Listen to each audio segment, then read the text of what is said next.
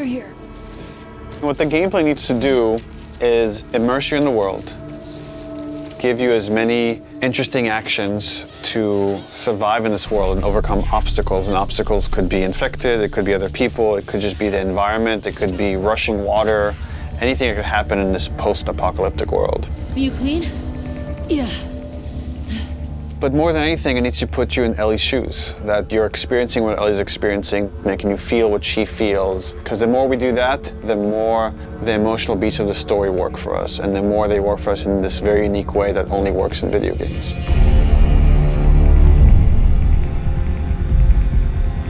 The gameplay philosophy of The Last of Us Part 2 is putting you in the shoes of Ellie and everything that that means. It means giving you a threat constantly, as this world has. It means giving you the hard choices. Because this game takes place in such a hostile universe and our characters are pushed to do really difficult things, we want to put you in alignment with those choices. We want you to understand how hard certain decisions were for these characters, because they're hard for you.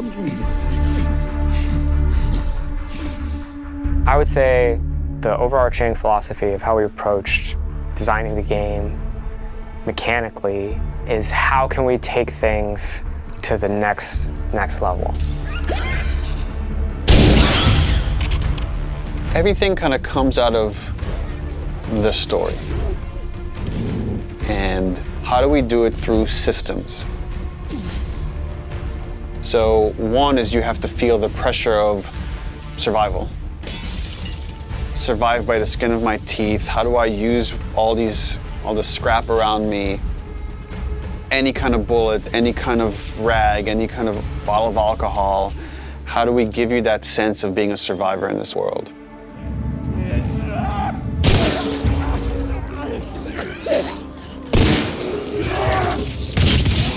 Ellie is very small compared to Joel and more nimble. How do we make you feel like you're not the strongest person in the room, but you still should be able to rise to the challenge and survive, you know, a fight with a bunch of people that are all bigger than you? So therefore it meant creating a character and systems and mechanics that allow you to be much more nimble. And that's where we added a jump button. Deal. In the first game we had a clamber button, but not really jumping.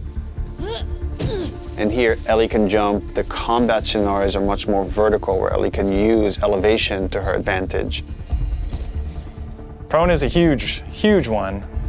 Prone, obviously, it means to lay flat on the ground. Something so simple, again, something that in real life you'd be able to do.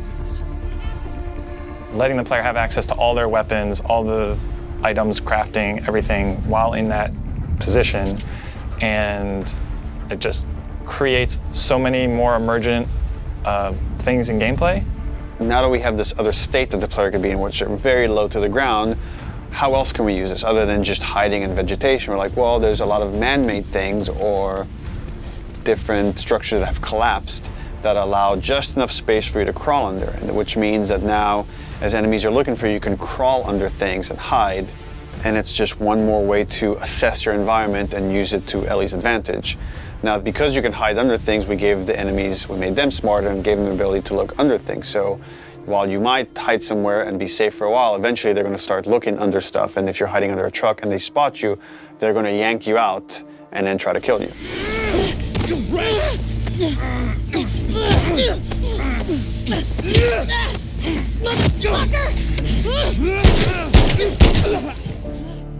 Dodging is a big one, because now with dodge, anytime you're in a scuffle, you have a chance to get away.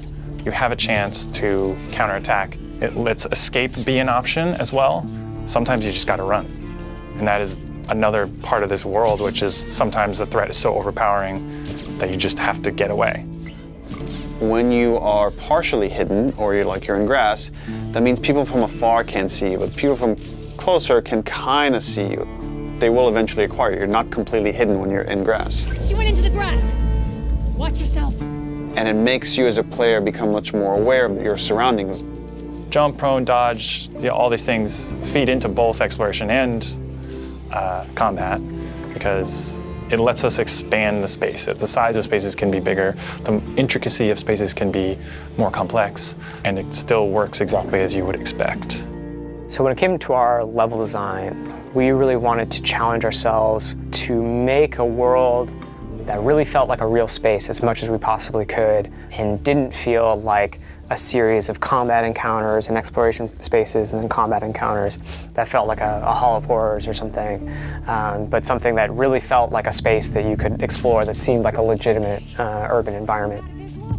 And that pushed us to make our level design even more open than it was in the first game, which for us at the time was pretty open. In this game, we've gone so far in making the level design open that there are actually entire story moments, entire combat encounters, like full scripted sequences that you may completely miss.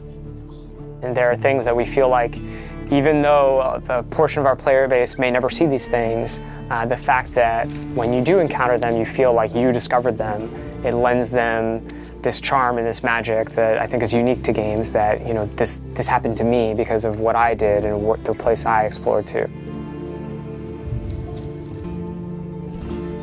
Crafting is very much about a payoff to exploration, meaning that when you enter new spaces, you want to look around for supplies. You want to open drawers and cabinets and look for different things that will allow you to craft either items that can help you heal, items that can help you attack multiple enemies at once, such as the Molotov or the landmine that Ellie can craft. Items that can help augment your weapons, like the silencer for her pistol, or craft new kinds of ammo. It also gives us tons of interesting gameplay choices and overlaps that you can do in any moment and on the fly. We try to be a game that wants you to make a lot of different decisions in combat as possible. And the way that we've expanded the recipe roster and all of the recipes and how they interact with each other is carefully chosen for the different ingredients and making sure that you always have these interesting decisions to make. We put a much stronger emphasis on the importance of the choices you make in the long term for your character. It'll be useful. Through the weapon upgrade system, through the player upgrade system, there aren't enough resources in a single playthrough to fully upgrade your character. The choices that you make, you're going to have to live with, and we wanted to make sure that all of the choices that you made had a really noticeable and tangible effect on the way that you play.